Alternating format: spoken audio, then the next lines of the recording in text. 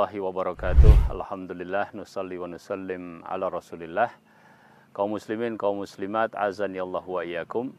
Dalam durus yang disampaikan oleh Syekh Uthman Al-Khamis hafizahullah taala dalam daurah ini adalah terkait dengan sifat-sifat ad-da'iyah atau sifat-sifat para dai. Khususnya para duat atau para dai yang berasal dari sekolah, yang berasal dari lembaga pendidikan, yang berasal dari pesantren, mungkin akan berpikir bagaimana menerapkan hal tersebut di dunia pendidikan. Menerapkan ketika di kelas, menerapkan ketika di luar kelas, menerapkan kepada peserta didik, juga kepada wali-wali siswa, bahkan masyarakat secara umum. Di antara sifat tersebut kita mendapatkan pelajaran yang berharga terkait dengan ar-rifqu was-sabru. Ya. Ar-rifqu adalah sifat lembut. Kita tahu bahwasanya kelembutan akan menambahkan sesuatu itu menjadi lebih indah, dan apabila tidak ada kelembutan maka sesuatu itu menjadi semakin kering, semakin tidak nikmat, semakin tidak nyaman. Yang kedua adalah sifat sabar, dan kesabaran adalah salah satu di antara kunci terbesar kesuksesan para nabi. Ya, bahkan nabi kita pun alaihi salatu wassalam ya diperintahkan oleh Allah Subhanahu wa taala dalam ayat Al-Qur'an, fasbir kama sabara ulul azmi minar rusuli. Khususnya di dunia pembelajaran, kita juga sangat membutuhkan dua sifat ini sebagai seorang guru, sebagai seorang ustadz, dan terus berupaya untuk meningkatkan. Di antara sifat rifku atau kelembutan Nabi Shallallahu Alaihi Wasallam yang dirasakan langsung kalau di dunia sekarang adalah oleh peserta didik adalah seorang badui yang datang ke masjid. Ya.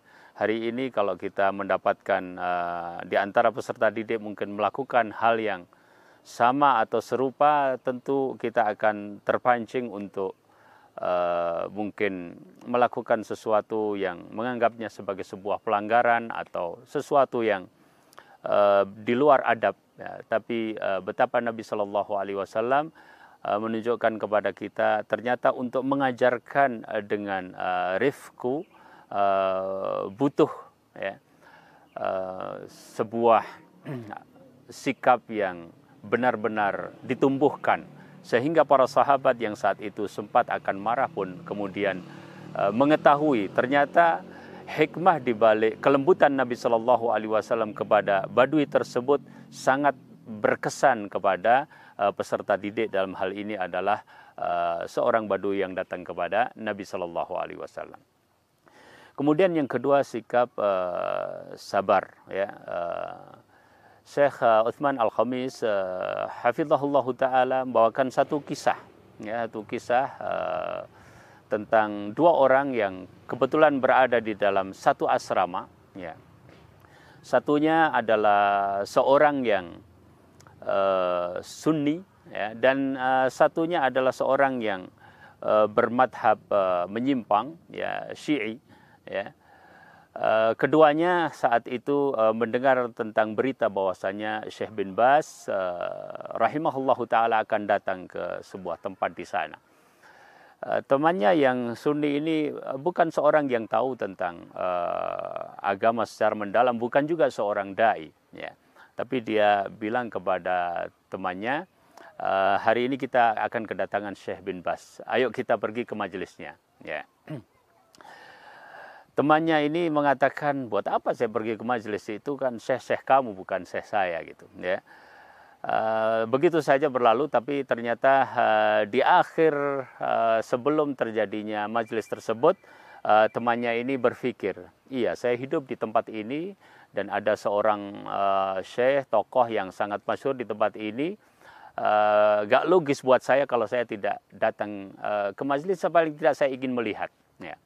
Pada akhirnya dia datang ke sana tidak bersama temannya yang mengajak, karena dia ambil keputusan di waktu-waktu yang sudah mepet akan berlangsungnya ceramah tersebut. Ya. Ketika dia datang, kemudian dia dengar, dia ikuti, ada dua hal yang sangat menarik yang dia catat dalam memorinya. Hal yang pertama adalah bahwasanya Syekh bin Baz rahimahullahu taala selalu mendasarkan perkataannya dengan ayat-ayat Al-Quran. Bahkan beliau yang Allah Subhanahu wa taala uji dengan buta, sangat hafal terhadap ayat-ayat tersebut. Ya. Kemudian hal yang kedua adalah tentang sebuah pertanyaan dari peserta. Pertanyaan itu terkait dengan seorang anak yang mempunyai prestasi bagus, namun dia mempunyai madhab yang menyimpang. Ya. Sementara ada peserta didik yang lain yang mirip ya nilainya, tapi di bawahnya, dan dia adalah seorang yang sunni. Ya. Kemudian pertanyaan guru ini, wahai Syekh, bagaimana ya?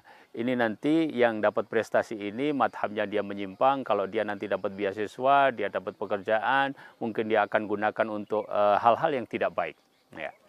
Bolehkah, pertanyaannya, bolehkah saya rubah nilainya, saya turunkan, ya, atau saya naikkan nilai dari peserta didik yang lain yang mirip-mirip ini supaya dia yang dapat beasiswa? Ya.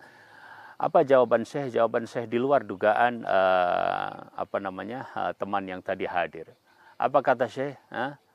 Bahwasanya perkara tersebut benar-benar tidak dibolehkan. La yajuz. Ya. Bahwa itu adalah perkara yang bertentangan dengan keadilan.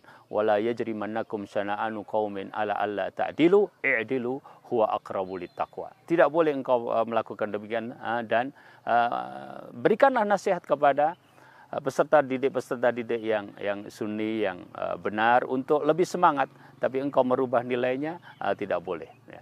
Dua hal ini kemudian menjadi sebuah kesan yang mendalam bagi teman tadi, saudara tadi, ya. Dan apa yang terjadi besoknya, dia masih dalam madhabnya yang menyimpang, ya. Seminggu, 2 minggu, 2 bulan, ya. Sampai 2 tahun baru Allah Subhanahu wa taala berikan petunjuk kepadanya untuk kembali ke manhaj yang benar, kepada sunnah Nabi sallallahu alaihi wasallam. Ini adalah salah satu contoh dari buah kesabaran. Aku qouli hadza, semoga Allah Subhanahu wa taala memberikan manfaat kepada kita dan seluruh kaum muslimin dan kaum muslimat. Wassalamualaikum warahmatullahi wabarakatuh.